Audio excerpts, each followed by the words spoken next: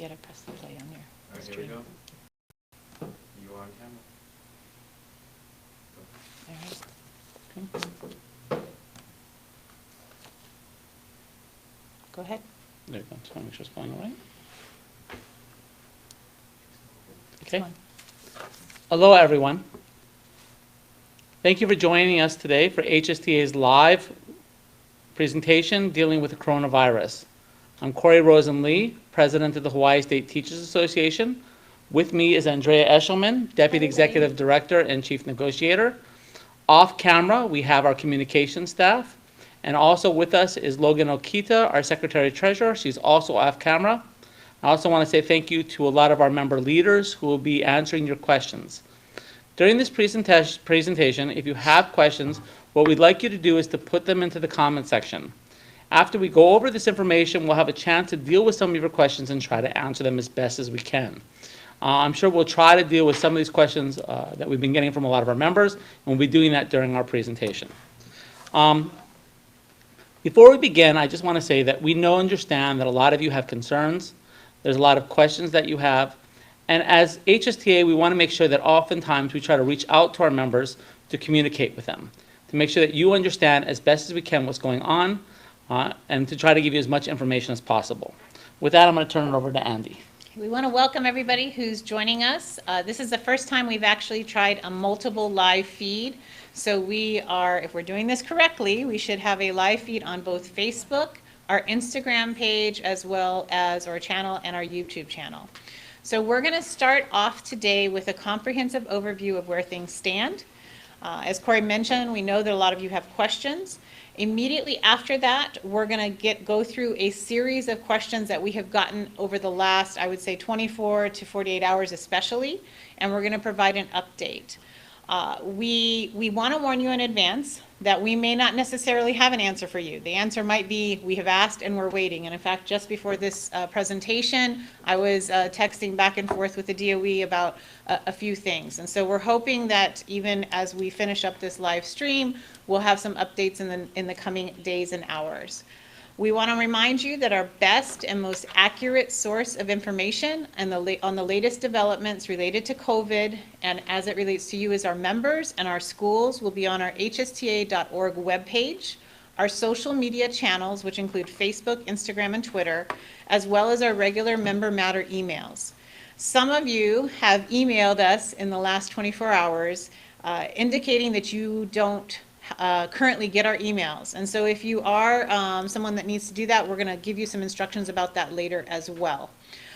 We wanted to also note that all of this information is on our public-facing side of our webpage. So hsta.org, the very first thing you'll see on there is the coronavirus link, and you will click on that and go through, and all of that is public-facing. You do not have to log in to our members-only side of the website to get information.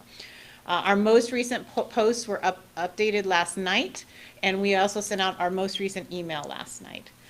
So I'm going to turn it over to Corey, and he's going to give us a brief overview, and then we're going to kind of go back and forth as we go through this. So we're going to try to give you a briefing of the current situation. Just to remind you all, though, things are changing daily and sometimes even hourly. So if you're watching a later version of this, things may have changed. I want to ask that during this time, there have been a lot of rumors out there, and people have been sharing that information, and a lot of times we've been trying to just quell those rumors. So we'd ask that before you, spread something other than the virus in this case, is to make sure that, you check out information, look at our websites, check out other sites before posting those kind of things as well. We did send out an email last night going over some of this information, but we want to go into more detail about some of those things right now. So first of all, okay. Yesterday on March 15th, the governor and the Department of Education held a press conference. During that press conference, they shared information, and they were very careful about the wording. And so this is what they shared. In that press conference, they shared that all public schools would have the student spring break extended. In addition, it was announced that the 3 multi-track schools, Mililani Middle, Kapolei Middle, and Holomua Elementary, would be taken off track in 2 weeks. It was further announced by the Department of Education that they wanted teachers to report on March 23rd to 27th to plan for implementation of social distancing within the school setting and arrange for professional development to support modified operations. HSTA immediately had concerns with this plan because it's a violation of Article 10 of our contract, which states the following. And let me go over this. In Article 10, it says, when students are sent home from school or not required to attend due to emergencies which endanger health or safety, teachers will not be required to remain at nor report to said schools. Now, let's break that down. First of all, when the DOE is talking about extending spring break or putting our keiki off track, that means they are not required to attend. The next question, is this about the endangering health of our teachers or our keiki? And the answer is absolutely yes. This was done during the middle of a coronavirus update in which they were talking in many ways about having people not have to go in because of this. Everyone is very aware of the entire situation that's going around this nation and Hawaii, and everyone is very aware of that this is endangering health. And so the last part says that if the two criteria are met, not required to attend, and to endanger health, then teachers will be not required to remain at nor report to said schools. And that's what we're asking for. HSTA is trying to be reasonable through the situation. We understand the vital role that our schools play in our community and how important it is to take care of our keiki. What we respond to the Department of Education is, though, is that we ask that teachers, according to our contract, and I want to read this provision too, is that Article 6, preparation periods, allows us as teachers to determine where and how he or she will utilize the preparation period. So what we ask from the department is to utilize this part of the contract, and so not requiring teachers to attend school, and instead to give teachers the flexibility to work from home or to go to school if they chose to do this one. So far, the Department of Education, while we've contacted them and told them this, they have not responded to this. But if they believe of trying to hold school, we do believe this is a violation of our contract and we are taking action. One of the things I also do want to share with this is that, we have to understand that our teachers have many different circumstances. That we have teachers that are older, more veteran, let's be polite with that one, and this disease directly puts them at risk. We also have teachers that take care of the elderly or live with the elderly and don't want to be carriers that could put their family members in jeopardy. Throughout this thing, we have to be flexible to allow these things to go on, and that's what we're asking the Department of Education to do. With more details, I'm going to turn it over to Andy. Okay. So to be clear, we initiated a class grievance on behalf of Bargaining Unit 5 employees yesterday. And the first step of a class grievance is, or any grievance for that matter, is to have an informal meeting regarding the contractual violation, misapplication, or misinterpretation. And so we had a very, I think, productive discussion for over an hour last night on Sunday evening. We had our state officers on that call, and we discussed with the department our concerns about their recent announcements. And so I'm going to kind of address some of the immediate things that we had to deal with. And so the first and immediate violation was related to multi-track teachers. So it was announced that the multi-track students were being told to not report for the next 2 weeks. And the initial announcement was only that 10-month multi-track teachers would not report this morning, Monday morning. And we had concerns about the 12-month multi-track teachers because the provision in the contract talks about if the students do not attend or told not to attend, then the teachers don't attend as well. So we were able to get that update last night. Those 12-month multi-track teachers were told not to report, as well as the 10-month for this week. That was the initial violation that was resolved. And this is multifaceted, so that doesn't mean the grievance goes away. It just means that part of the grievance has been initially addressed.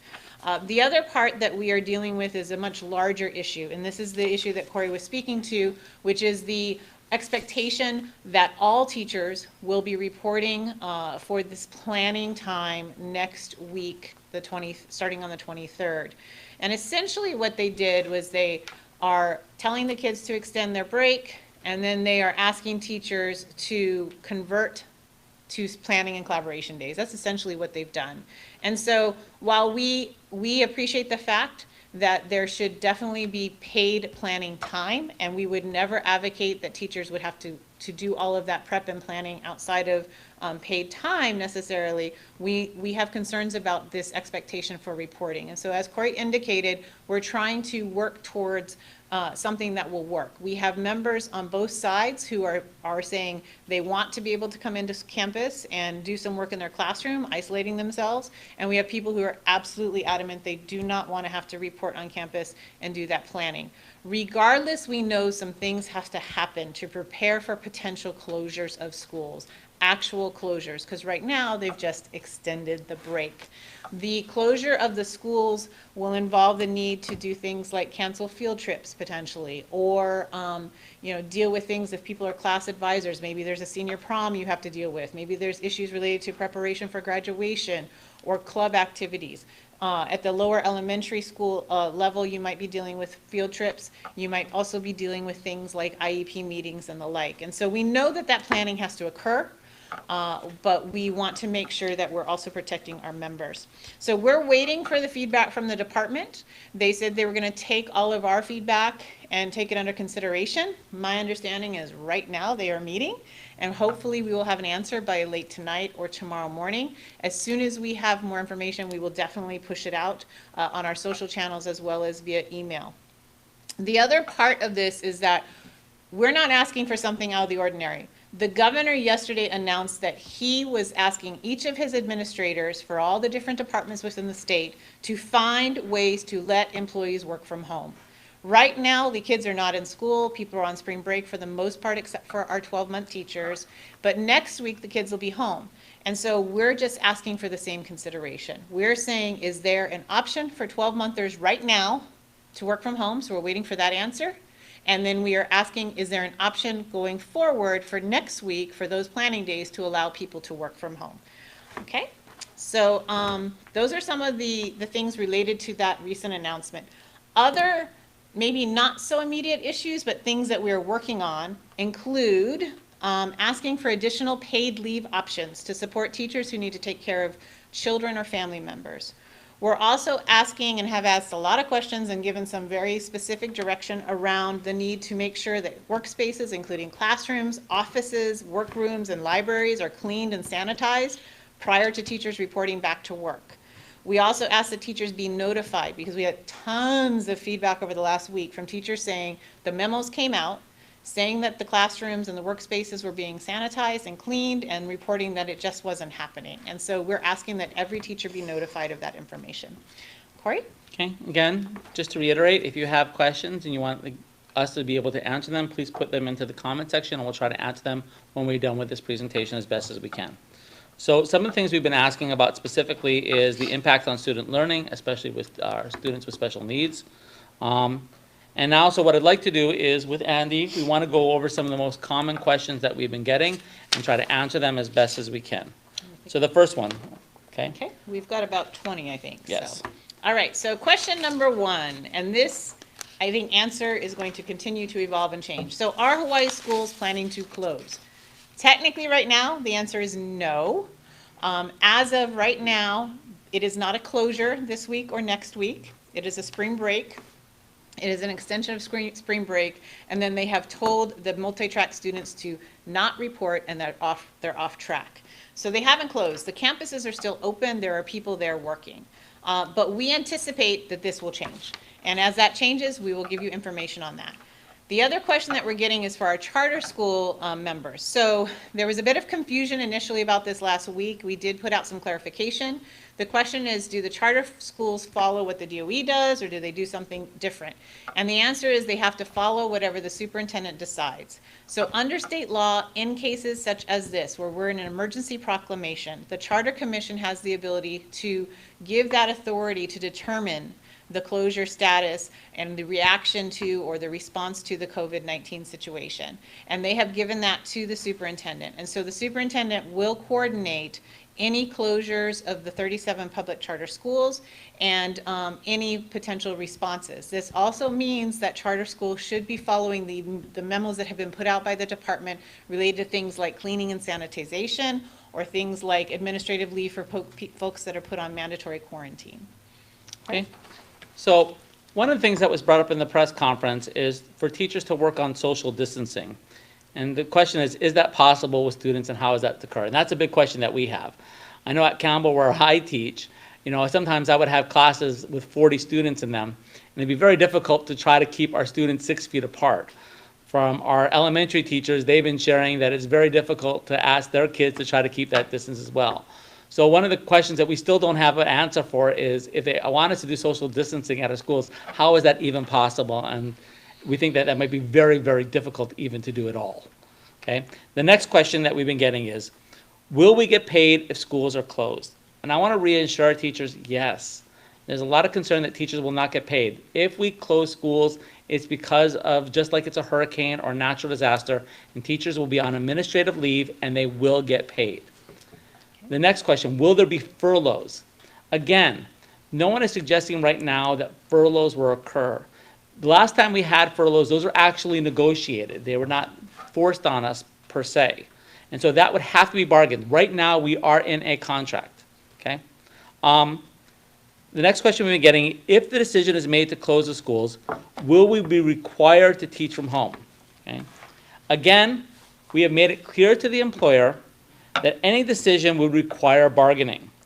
There are a lot of concerns that we have about teaching online, and this is something that our teachers have been expressing. First of all, the issue is of equity. We have students from across the state that have many different circumstances. We have some children that do not have computers, do not have internet. We have children that are homeless. How would they potentially have to do online learning? Then we have students with our special needs. How could we address the differentiation that we required for our students with special needs? And then, as a sad state, it's assumed that all of our teachers have computers and internet at home. And I know that some of our own teachers do not have to do this.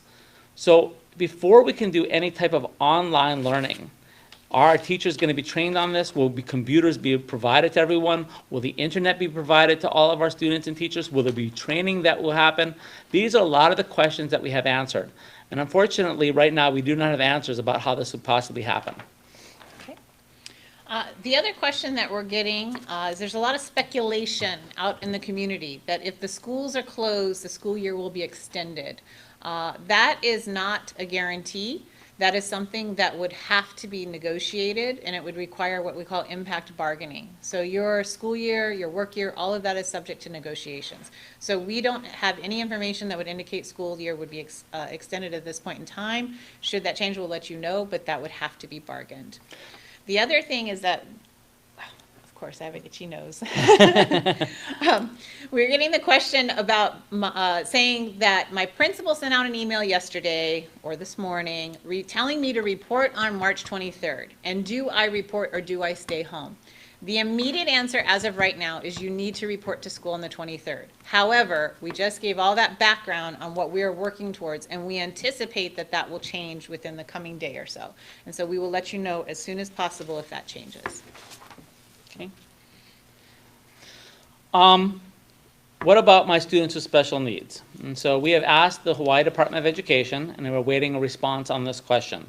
In the meantime, the U.S. Department of Education has issued this guidance dealing with COVID-19.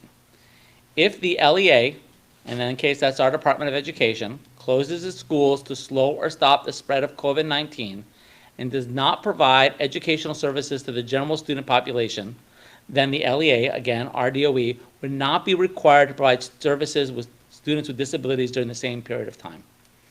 The next question is, what about extended school year teachers? Should I work? And just to be very clear about this one, extended school year is not work that falls within our bargaining unit. It is considered hourly or casual employment. Teachers should discuss with their supervisor if they have concerns about the extended school year this week. Okay. Probably the number one issue or question we have gotten, like I said earlier, prior to last night, is this issue of sanitization of classroom or whether you have to clean it. We want to assure you that it is, while it's all of our responsibility to engage in those good, healthy, safe practices, like we're trying to be 6 feet away from each other today, our contract requires the employer to ensure, quote, maintenance and cleanliness of the campus, classrooms, and offices. It is not our bargaining unit's work to clean your classroom. We will note that we strongly suggest that once we go back to school, that each teacher takes some time to wipe down their personal space each day, but you should not be told that you need to go and clean all your desks, that you should be cleaning your classroom in that kind of manner. We are getting isolated reports that custodians are dropping off cleaning supplies and telling teachers to do that last week. We are addressing those as quickly as possible. And if you are getting communication on that, there's some instructions on our website about how to deal with that. And this would include any principals who are sending out emails saying, on the 23rd, part of what we're going to do is clean the school. That is not your job. Okay. The other questions that we're getting are related to sort of guidance with students or employees who have traveled to an area that has had what they call community outbreak. So maybe you have a student that's, or a colleague who's going to Seattle this week, and we know that they have community outbreak there. How are we supposed to handle that? People are expressing that they're very worried. They're expressing that, what about my own health or those of my loved ones at home that I care for? And so we have asked the department to provide us some additional clarification. Right now, the answer is they are following whatever the Department of Health is advising. And so we are hoping that we're going to get some more clarification as to how schools are going to be handling that. The other piece that we're getting is what happens if I need, sorry, wrong one. Is that the last question? No. No. Oh, Okay. wait, what page am I on? Okay, we're on 14. Oh, 14. So the question and that's yours. take this one over is, if I have to take leave because of COVID-19, will this affect my health benefits or service credit? And again, the answer is no, it will not affect your health benefits. And as long as we're on paid leave or administrative leave, you will also earn service credit, okay? Okay. We have a number of people who have expressed that they have compromised immune systems or they might fit in one of those high-risk categories, and they're asking, what about me? What am I supposed to do? First and foremost, we want to make sure that you are working with your doctor and following your doctor's advice. One of the questions we're getting is, will I be put on paid administrative leave because of this health condition? Our current understanding is right now the answer is likely no. Unless the Department of Health has advised you to quarantine or you're in one of those situations that fit within the current memos, you likely would have to take some sort of other leave. But we have asked the department how they're going to address those situations. We also have been asked if my child's school is closed due to COVID-19. For example, preschool gets closed, right? And I need to stay home and care for my child. Will I be provided paid leave? If so, what type? We have asked the DOE again for further clarification on how they're going to handle that situation. At this time, we anticipate that you would probably, if you want to be on a paid leave status, you could pursue taking personal leave, but that's limited to 5 days a year. 6 days a year, sorry. Maybe forget that. But there are other options that we're trying to ask for, including we are asking the department to be more flexible and allow teachers, instead of being on unpaid status for child care leave, to be allowed to be on paid status using their sick leave. But again, we're trying to get more information on that. One of the most recent things that came in just this morning is we had teachers asking about report cards. Bless your hearts. You're thinking about your kids, and I know that the quarter ended for everybody on Friday, and they're asking, so does that mean we have to do report cards next week? So if there is some sort of telecommuting or whatever happens next week, regardless, students are not reporting. The contract states that grades shall not be due any earlier than the 4th student day upon return after the end of the quarter. So students are not back next week, so there should be no report cards due next week. If the department tries to do something otherwise, then that will be part of our class grievance and dealing with that situation. Okay. The next question is, what about students who rely on school breakfast and lunch programs? And that is a concern that we have. Over half of our students that attend our schools are Title I students, and a lot of our students, the only meals they may get is the breakfast and lunch that's provided at school. So the Department of Education said they are working on a plan to try to deal with this. There are also community partners out there that are also trying to find ways to deal with this. And what we've seen is, and this is the thing we have to realize, is Hawaii is not the only school system that's going through with this. You know, in fact, I saw this morning that in most states across the United States right now, that there is either full closure or partial closure going on. And many of them are also trying to find ways to make sure that their kids do have food during this crisis. Okay? Last question is, what about yellow track teachers? In fact, right before we came on, we got an answer about that one. So Andy, what do we have an answer for that So we got a one? communication from the department right before we came on that yellow track teachers who happen to be off track right now, they were not put off track, they were already off track. They are to follow their normal reporting schedule, and they are not scheduled to go back to work until March 30th. Now, by March 30th, a lot can change, and as we get more information, we will let you folks know. There's a possibility the schools will be closed by that point, so. Okay? So with that, I've been trying to watch as comments have been coming in. We We're have a at lot. 190 comments. Holy smokes. Okay, a couple of notes about some of the comments. You know, we won't have answers for some things, and there's some theoreticals we just don't know. In fact, we're going to have to watch it as flexible and just see what's going on to try as best as we can. So, you know, right now we're on live on Facebook, Instagram, and YouTube. We're trying to watch all 3 channels for comments that are coming in. And I noticed that we already have some of our teacher leaders that have been trying to answer those questions as best we can. What we're going to also try to do is answer the questions that we did not answer already. Those of you who have jumped on late, you may want later on, as this presentation is done, you might want to go back to all the way to the beginning to see the answers that we've had to some of those questions so that you can try to get the answers to that one. And again, if those of you who are watching this recorded, we would ask that you can put it into the comment section, but you know, we may not be able to get to that one. If you want to make sure that your answers are addressed, you can email info@hsta.org, and we'll try to get back to all of your questions as best as we can. If I could just add a couple of things from the staffing standpoint. Many of you know your UniServe director, and even if you don't, we do have field staff that's assigned, and plus we have additional support staff like our communications. So I will note that many of them are working telecommuting right now. They are available if folks need to get a hold of them, if your school level leaders need to get a hold of folks. So if you just don't know where to go, if you email info@hsta.org, we will make sure that somebody gets back to you if there's an issue with your principal, if there's an issue with some sort of other grievance. We are here to support you. And so I think right now we're going to transition over to some questions. So are we going to ask Logan? Yes. So Logan's off camera. She's gonna talk nice and loud for us and tell us our questions. I've got one last one to copy and paste, and then, okay.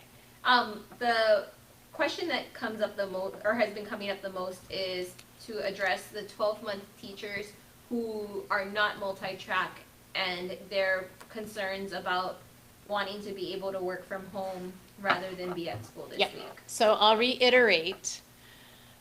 The only schools that have had students sent home, which triggers the contractual provision that Corey referenced earlier, are the multi-tracks.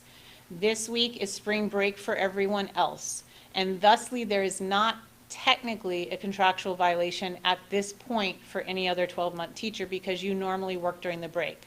We have been advocating for and are waiting a response from the department to allow you to work from home this week. We have not gotten an answer yet. We are hopeful that we will get an answer within the next 24 hours, and as soon as we know that information, we will push it out, even if it's at 11 o'clock tonight. We'll put something out on social. But until you're told otherwise, you are to report to work. And just to be clear, HSTA is advocating for you, and this deeply concerns us as well. We want to make sure that our 12-month teachers have the same rights as our 10-month teachers, and we're asking the Department of Education to consider that, and we are working towards that. Okay. Next question? The next question that came up would be, sorry, There's the a lot. screen's moving. Teachers are also asking about not only sanitizing desks, but manipulatives. So we haven't specifically asked about manipulatives. We can add that to our list of requests. I don't believe that was even on the memo, so I will write that down and we will add that to our list of what we request for sanitization. Thank you. And then another question came up about how to deal or handle the situation with students returning from spring break trips and their possible exposure. So Yeah, we've asked. okay, and so, I mean, this is a fast-changing event. You know, today we were having a meeting and, you know, the CDC and even the president was suggesting going, at one point, in 1 hour, it went from 50 people to meeting 25 to 10. And, you know, I think what's happening during this break, it gives everyone a breather to suggest what's going on. One of the things we're going to have to monitor is is at some point students going to come back or not? That has not been expressly dealt with already, and that's something, again, that we have to watch to make sure. So, I don't want to guess about what's going to happen with students until that decision is made. Will the DOE provide masks? We have not asked that question, so I don't know the answer to that question. And But I again- will write it down. And just to say, what we're trying to advocate for is, we don't believe that teachers should be required to go to school because this is a health concern. So if a teacher was concerned about having to wear a health mask, we're trying to advocate that teacher should be able to work from home. Yeah, we would have concerns about that. When will HSTA and the DOE meet to decide? We are actively in conversations constantly. So we were on a teleconference call with them last night about 6 o'clock, 7 o'clock, something like that. So I have been actively talking to folks all day today. So the fact of the matter is a couple of things going on. One is we're trying to practice social distancing, so we are doing video conferencing with folks. We are not going down to the superintendent's office because that is moving people around. So we're trying to practice what we're preaching and engage in that. So it is a constant ongoing consultation and discussion about resolving this grievance. And to answer this one, I've heard from members on both sides. Some people are saying automatically, let's close the schools, and other members have suggested, there's a responsibility that we have to our keiki and to our schools as well. So again, we're trying to find that balance by trying to suggest to the Department of Education that teachers should be able to have the ability to work from home. We have been in communication with the Department of Education. In fact, even right before we came on live, we were communicating with them, and probably tonight we'll be communicating with them as well. I will note, today it was announced, so there's media reports. I don't know if the Department of Health has fully confirmed it, but there is discussion about community spread or possible case of community spread, and we anticipate that is going to change the department's reaction as well. And we hope so. There are many questions around SBA and the possibility of advocating to cancel testing for the year. Okay. Well, let me just first of all say, Yeah, I think I have a flyer on that. I have opinion about SBA, not during during a virus, but to suggest this. There's a lot of requirements to understand when it comes to graduation requirements, the SBA, the SAT, a lot of these considerations that Hawaii is not going through this crisis alone. Even when it comes to college admissions, that in fact, the entire country is dealing with this at this point. And that some of those requirements are going to change in order to deal with this crisis. So it's one of the things that we're going to be talking with the department about. Quite frankly, your health and immediate safety is of utmost importance right now. As we move closer to April and decisions are made about school closings, that question will be answered. The thing I will note, I thought I had it in my printout, but it's upstairs, is that the feds have put out some guidance on that, and they are going to allow states to issue waivers to the testing. And so without getting into all the weeds, there's going to be that option. Regarding the transfer and assignment postings, how can this impact the interviews that are currently happening, and how does this then impact the next posting period? So we haven't gotten into a lot of discussion with the department about that. In the immediate, it's not necessarily affecting the interviews unless people are not comfortable having a face-to-face. I would encourage folks to request a virtual or a phone interview if you'd like. I will note the schools are not technically closed. The campuses are open, the administrators are on campus this week, and so those interviews can continue. We do not know whether the department is going to come back to us and ask whether they can postpone the second posting or make modifications. That's to be foreseen. What are the impacts on EES and the 21 hours? We don't know the answers to that yet. I will note that for EES and final ratings, if there is something outside of your control, i.e. your principal can't do your observation, then our position has always been that the default is effective. As related to 21 hours, that's one of the things that we do need to work on as we move forward, get next week dealt with, and then determine what's going to happen the week after and whether schools are closed or not. We again would advocate that there should not be, teachers should be held harmless, but we really don't have all the details and information on that at this point.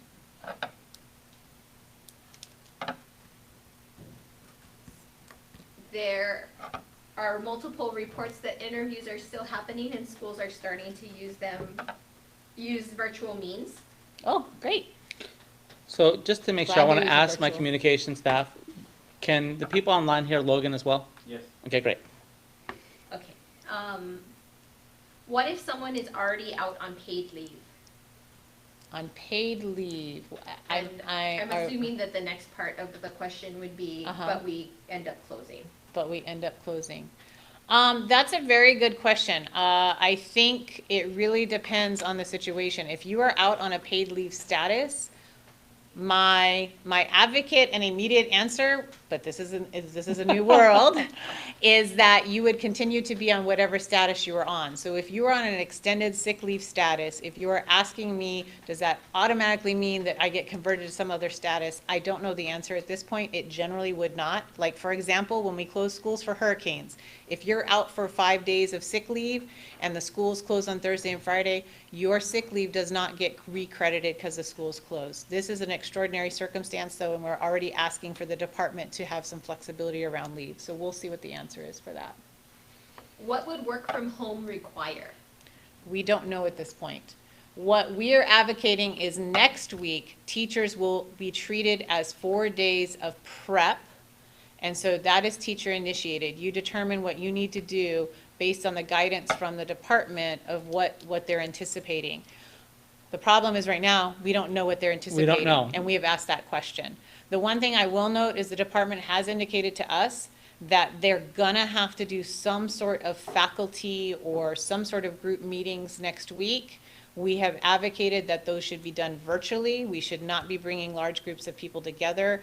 Up until yesterday morning, it was 100, as Corey indicated. Yesterday, it got turned to 50 for CDC. Last I checked the CDC website, it still said 50, but the president came out and announced that it should be 10. So regardless, we are saying that those should be moved to virtual. And so once we have more information, we'll let you know. There is a request that you repeat my questions. It's not Okay, completely clear on okay, repeating all of questions. our sites. Since we are under emergency proclamation, does this give the governor and DOE the power to override terms in our contract? So repeat the question. Okay. So the question is, since it basically is, can the governor override our contract? Because Okay. there is an emergency proclamation. And so the governor does have, I want to be careful on this one. You want me to answer it? Go ahead. So in the emergency proclamation, should you be so excited to go read it, it does cite the ability to make modification to contracts or to address things in Chapter 89, which is our collective bargaining law. We are going to tell you that there needs to be extraordinary circumstances, and it depends on what he's talking about doing. But we have had no indication right now of anything specific that they have said we're going to override. Yeah, so that, I mean, we don't want to speculate, but I do want to say Correct. this, that your health and safety is paramount. We do not want to put any of our teachers in a situation where they are concerned about the health, or put our students into a situation where they are concerned about your health. And so, I don't want to speculate on that one, but we will advocate for the best interests of our members and our KK. And I will note that we are already having those internal discussions with our legal counsel, and we are prepared to do whatever we need to do to protect your rights. What about students on ESY who their provision is to receive services after being out of school for So 8 days? so what about students on ESY? I'm assuming they're talking about this week, ESY? No, so that after 8 services, after 7 or 8 business days, they need to be in ESY. Right, so I'll go back to what Corey shared, and what the feds have provided as guidance. We have asked the department for how they're gonna handle all of our sped kids, and I'm looking for this, the actual. So basically, if our regular education students are not required to go to school, then our special education students are not required to Yep. go to school and provide those services. Yeah, the services don't have to be provided if we close it and we don't Yep. provide it for regular ed. And there has been that question before, and now I guess, with the instruction we've got from the DOE, we have an answer on that one. Okay. Clarification, please. You are telling teachers to report to school on March 23rd. Is that because not reporting would be considered insubordination? So to answer this question, the question was, are we saying that teachers have to report on March 23rd? The DOE is saying they have to report. Exactly. The DOE is saying that right now. We believe that's a violation of our contract. That is something that we are trying to grieve. But until that answer comes, yes, teachers are required to go. We're hoping that before March 23rd occurs, hopefully we will get a different answer from the Department of Education, and this hopefully will not, in our own opinion, we do not think that it is fair to ask teachers to do this, but we cannot stop it from occurring. Okay. So we are looking at all our options, and we're hoping to have an answer within the next day or so.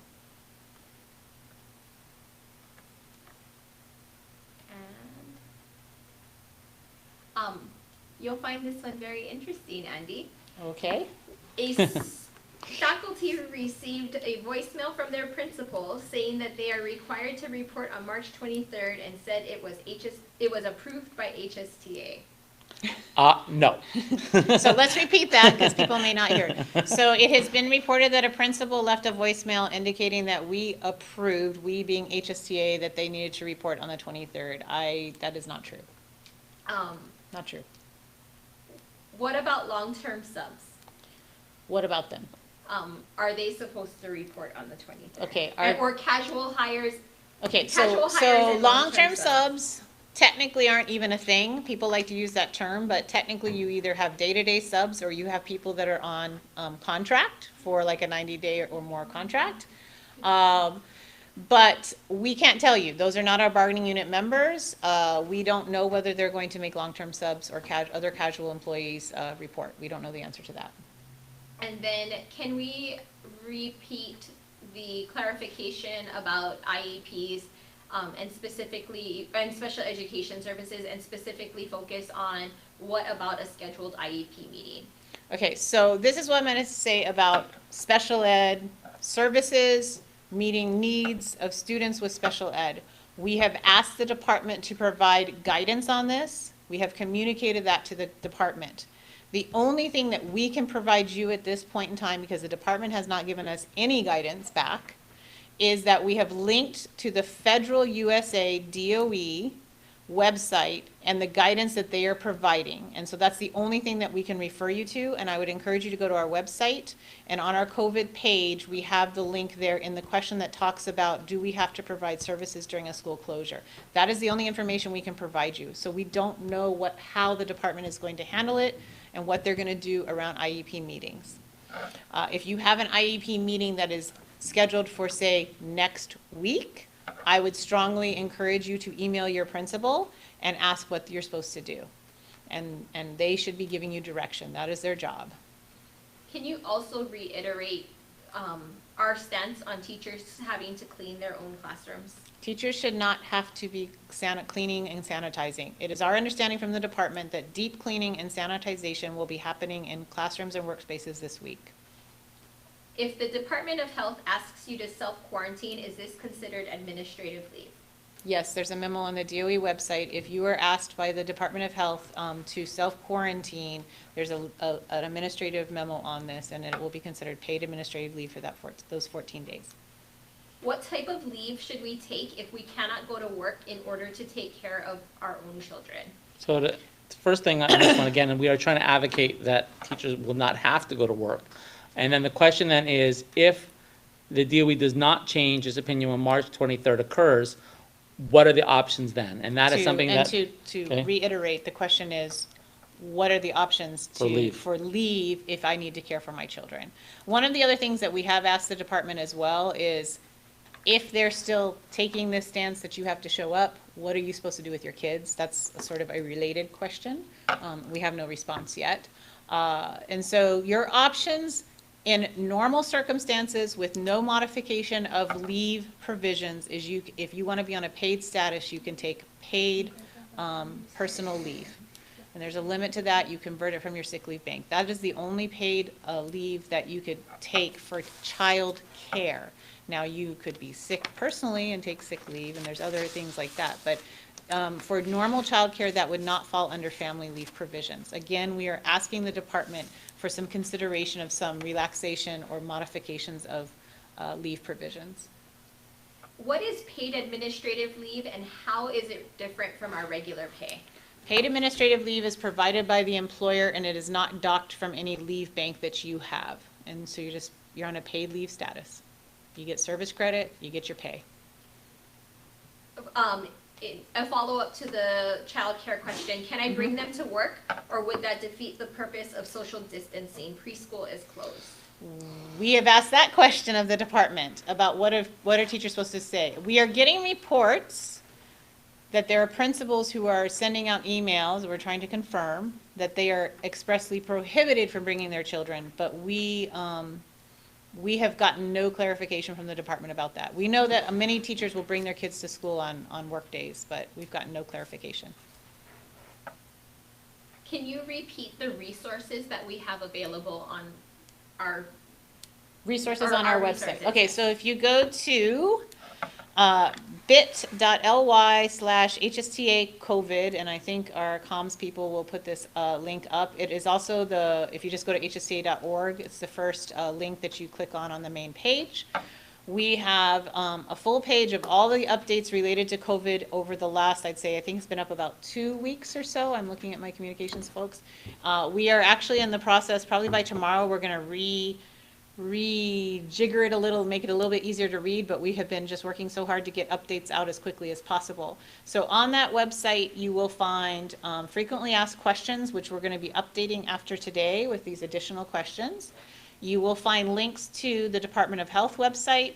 You will find links to, I believe, the CDC website. You will find links to the Department of Education's website where they have all of the memos that they have pushed out related to COVID response.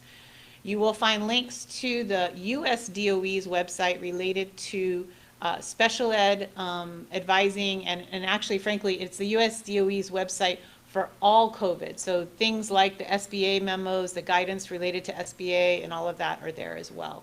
And I'm trying to think if there's anything else on that page. I think that's about it. I'm looking at my communications folks. I think that's about it. And then member matters. And then there's, we have taken information that's in our member matters and put it there as well. So our emails that we've been sending out, we've been putting there as well. There is a question about professional development. Yes. And if you're participating in a PDE3 course right now, how deadlines are impacted by? So the question is professional development and a PDE3 course and how deadlines are applied. Any more information about who's running that course? No. Okay. For any courses that are associated with HSTA, we're having ongoing discussions internally about whether any modifications can be made. We are unaware of any other specific modifications that the DOE is asking for. It is really up to the instructor and what the instructor is doing around their course. And so I would encourage you, if you have a question about a PDE3 course, to talk to your instructor.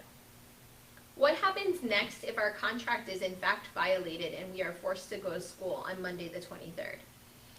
We are looking at all of our options. A grievance process is not injunctive, so we don't necessarily have the power to stop the employer from forcing you to go. I believe, though, we should be able to reach an agreement, and if we don't, we'll let you folks know. Several teachers have asked what to do or what we're doing for those in our field who are pregnant and are considered higher risk. Well, first of all, I mean, we have a lot of teachers that are high risk, and that's why we're advocating for what we are. You know, we don't want to put any teacher into a situation where they're risking themselves or their family. So, I mean, to a specific high-risk category, that's why we're hoping that the Department of Education will find a way to accommodate this and not put our teachers in jeopardy. Can you repeat repeat about prep time and how we've asked that teachers be allowed? So the department wants us to be able to do some planning and preparation, our members to do that. We are not necessarily adverse to giving teachers that time, and in fact, we would want them to be paid to get that time. So the concept is not the problem. The concept is that they're asking teachers to report, and what we are advocating in this time of dealing with the COVID response is that the time will be provided to teachers where they can do what's called teacher initiated. That's what your prep time is. Your prep time is your time, teacher initiated time. So you do what you need to do, taking assessment of where your work needs are, what planning you need to do, and we're asking the department to give us some guidance on what you're supposed to be planning for, because we really don't know at this point. Potentially you could just be doing things like doing your report cards, working on your grades, things of that nature. So we're asking for it to be teacher initiated. The department has told us they're going to get back to us. We have also been told by them that they know that there has to be some faculty type meetings or small group, maybe department or grade level meetings, and we have asked that those all be virtual in nature. Again, that's what we're advocating for. We are waiting for a response. Is it possible that they extended the school year to make up days? That would have to be bargained. That would have to be bargained, yeah. We Okay. answered that earlier. Can you address field trips and if they're being canceled? So again, we do not know what's going to happen after the extended spring break and what the requirements will be. We don't know if students will be required to come back or not required to come back, so we don't necessarily have an answer for that one yet. Yeah, I have not yet seen specific guidance on field trips. We know that all travel outside of the state was canceled. I also know that all non-essential travel has been canceled in-state. That includes travel for like professional development and meetings for the DOE. There was a memo put out by the superintendent, I believe it was Friday, regarding that. I have not seen anything specific to field trip. I would advise you that that question needs to go to your administrator. That is their job to help answer. Should families who are coming back from a trip away during spring break be tested? That's not a question for us to President answer. Rosen, yeah. That's a question to answer. That's a question for the Department of Health or their doctor to answer. How does this impact senior graduation? How does this Requirements. impact senior graduation requirements? So again, I think that this is new territory. Across the entire nation, there are seniors that are going to have this one. You know, if this continues, this may impact graduation. I mean, that definitely is getting together more than 10 people. Graduation ceremonies, And yes, so, possibly. and I think there's a lot of angst among seniors about graduation requirements and be able to get into college. But, you know, one of the things that we've expressed is that colleges are going to have to deal with this situation for seniors across the entire nation. And so, you know, I think that there's going to have to be some sort of ways that both our Board of Education and colleges have to deal with it.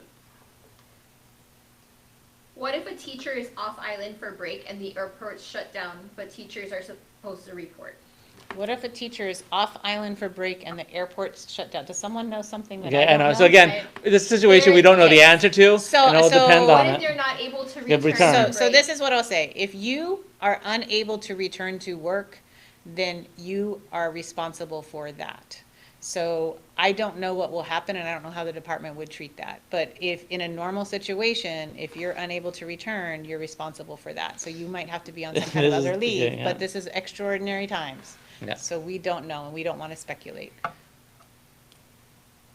How about the HSTA state convention? Oh, So- maybe you could speak to So for the HSTA activities. State Convention, right now, what we are planning to do is to hold this online. Virtual. Okay, we will be doing this virtually, and we are still working out the details that we're trying to work with our members on. Okay, so I'm being signals that we should wrap up because we've been on for about an hour. I'm gonna look at Logan and see if there's any other urgent questions that need to be answered. Can we reiterate how to sign up for Member Matters so that everyone is Yes. able to receive our emails?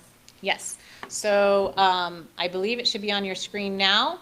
If you are not currently receiving emails from HSTA, first of all, check your spam because there's a good chance it might be there. But more importantly, if you need instructions, if you go to bit.ly/HSTA email, you can find, it'll take you to a link and it'll give you instructions on how to sign up for our email. I will tell you that please be patient because we've had a lot of people try to sign up in the last day. And so our communications folks verify your membership in order for you to have access to that, because we don't want just random, I don't know, principals getting access to our email. And so that is how you sign up.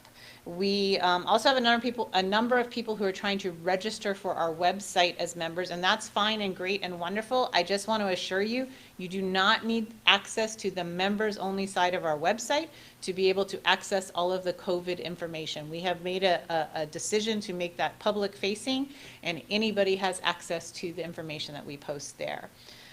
If you are watching this video as it has been archived, meaning later on, we will be archiving it on our Facebook and our YouTube pages. We'll also be uploading a link to our website. And so if you do have, watching this later and you have further questions, we would encourage you to email info@hsta.org.